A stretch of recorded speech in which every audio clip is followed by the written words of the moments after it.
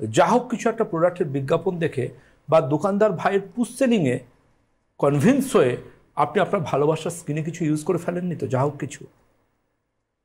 আচ্ছা, এরকম কোনো কিছু হয়নি তো আপনি যখন চুল কাটতে কোথাও গেছিলেন, সেখানে সুকল্ড ফেসিয়াল করার জন্য আপনার স্কিনে কিছু মাখিয়ে দেওয়া হয়েছে বা কোনো প্রোডাক্ট দিয়ে দেওয়া হয়েছে পুশ সেলিং করে?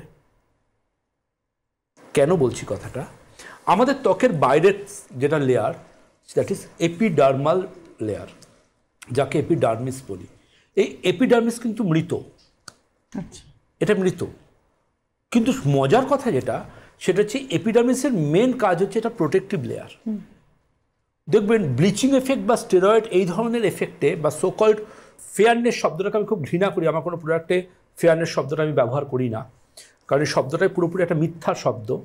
তো এই ধরনের কিছু খুব হাই কেমিক্যাল বেস আইটেমে কিন্তু এই মুখের যেহেতু এই স্কিনটাতে বেশি ইউজ হয়, এই স্কিনটাতে কিন্তু ক্রমশ আস্তে আস্তে স্কিনটার এপিডার্মাল লেয়ারটা ড্যামেজ হয়ে যায়, গিয়ে প্রোটেকশনটা নষ্ট হয়ে যায়। একদম